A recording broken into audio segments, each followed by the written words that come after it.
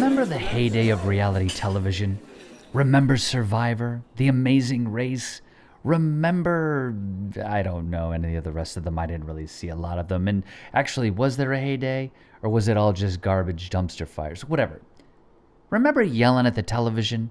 Remember when you'd see a character that you really liked and you'd go, why would you make that decision? A long time ago, I read an article that posited the idea that we love reality television so much because we get to see other people making decisions that we don't make, which kind of helps prove our own individuality. If we were in similar situations on those reality TV shows, we might do something that made everybody watching us think that we're the dummy. The article went on to say that we should, for better or for worse, embrace the individuality that might drive other people nuts. At the end of our last episode, Art asked me what mattered about my work that made me want to finish it. And you may remember that I stammered over an answer because the coffee hadn't kicked in, but it asks a larger question that I've never really sat with. What am I doing this for? Why am I making these decisions? What is it about my work that I like? I've been very lucky because I just got a chapbook picked up. Now, I can't really talk about it because there's still details to work out and things to do and contracts to sign and all that stuff like that. But one of the things that I had to do was to write my chapbook's blurb. 2 paragraphs to make people want it. I hate that kind of stuff. I hate talking about my own work. Mainly because I don't want to look like a self-important jerk that uses words like, I don't know, sensibilities or whatever. Now, this might sound a little bit crazy, but in a way, I realized it was very important to look at the work that I did and ask myself, hey, what did I do? What am I doing? What matters about this that makes me want to finish it, just like Art asked? Look, there's nothing new under the sun. We all know that. And if you didn't know that, boy, I really wish you were listening to a smarter podcast to tell you that. And I think when it comes to a creative outlet like writing, we sometimes put ourselves under the burden of trying to say something new or trying to make something that's really going to outlast Father Time. And that ain't gonna happen. Look, I don't even think the kids remember the A-Team, and I thought the A-Team was gonna live forever. What timeless tales!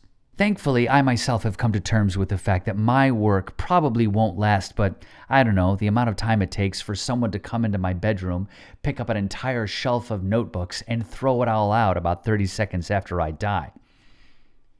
Boy, that got dark real quick. So if I don't have a raison d'etre, if I don't have a mission statement, if I'm not trying to take over the world with my writing, what is it that I am doing? Why am I trying to finish the work? Why does it matter to me? Just like Art asked. Well, it got me thinking about that article, about the individuality of our decisions, about the decisions that are being made on all of those old reality TV shows. We can't help but make the decisions that we make. We're just a big giant mix of experience, of pop culture, of societal change, of all of the junk that's out there that affects us. And for me, with all that stuff that's up in my head and all the stuff that's in my heart and some of those emotions that are strangely down in my right foot, I might not have a mission statement, but I know what I like reading, and that's what I want to write. So maybe the things that I'm writing matter to me because I think they're cool, and I think that that's okay. And if you're struggling with that as well, why am I doing this? What's the point? What's the purpose? Maybe take a step back. Try and evaluate the work that you're doing and ask yourself, do I think this is cool? Is this what I'd want to read? And if the answer is no, keep digging. You're the only one that can write like you. Make the decisions that you think are good. Make the decisions that you think are cool. Of course, for the purposes of story, we might have to delete a character that someone suggests isn't necessary. Maybe we do have to take that person's advice to cut out the last paragraph. Sure, we're all trying to make something that's easier to read in the end. The decision is ultimately yours, though. And your job as the writer, as the creator, as the artist, is to make everyone reading the reality TV show that is your work say, why did he do it like that? 'Cause that was awesome. See you next week. Start writing.